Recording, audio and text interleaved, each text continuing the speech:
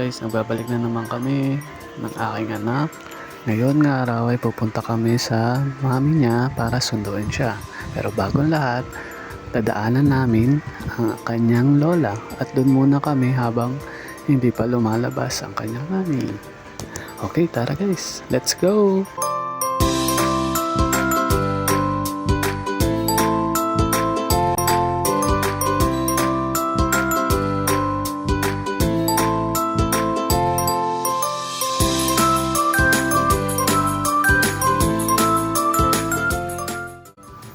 So sa part na to, nakapokus na maigi si Baby Leon sa panonood ng One Piece. Favorite niya kasi yan. Tuwing naalis kami, yan ang gusto niya lagi panoorin habang nabiyahe. Pero huwag kayong mag-alala, safe naman po siya sa harap. Sanay na rin siya sa ganyan. At malapit lang po ang aming pupuntahan.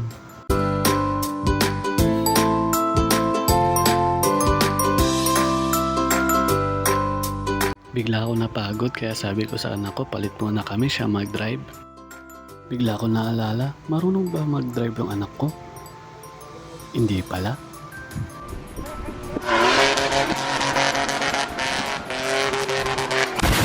Kaya agad-agad ko rin siyang pinalipat.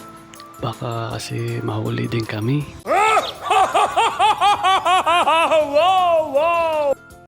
Wala pa kasi siyang lisensya. Bawal pa.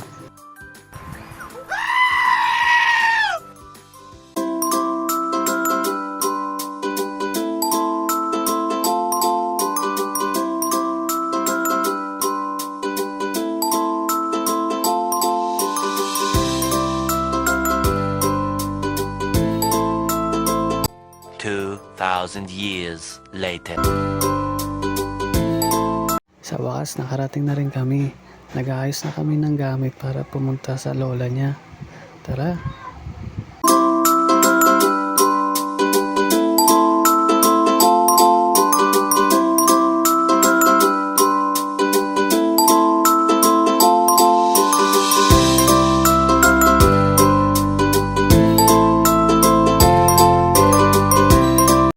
Favorite nyo talaga yung baraha. Siguro paglaki na ito, magpapatayo to ng palaisdaan. 1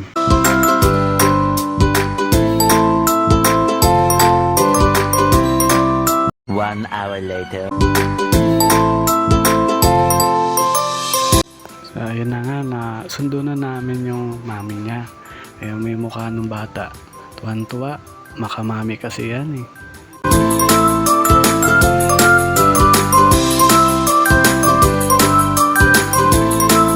Biglang nag-crave yung anak ko sa tinapay kaya huminto na kami kaagad sa malapit na tinapayan.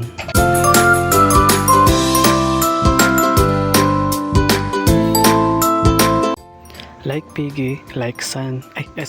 Like mother, like son.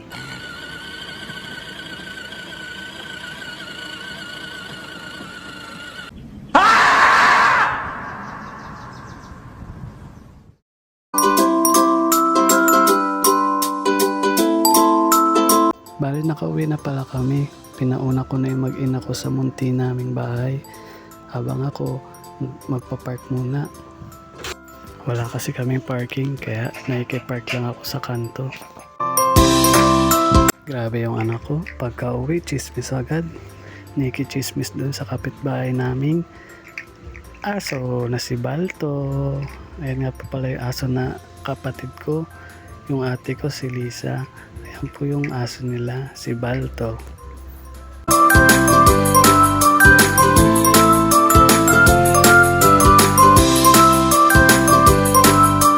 So hanggang dito na lang. Maraming salamat sa panonood. Nasayang ko na naman ang 5 minuto ng panonood nyo. Thank you. Bye bye. Peace.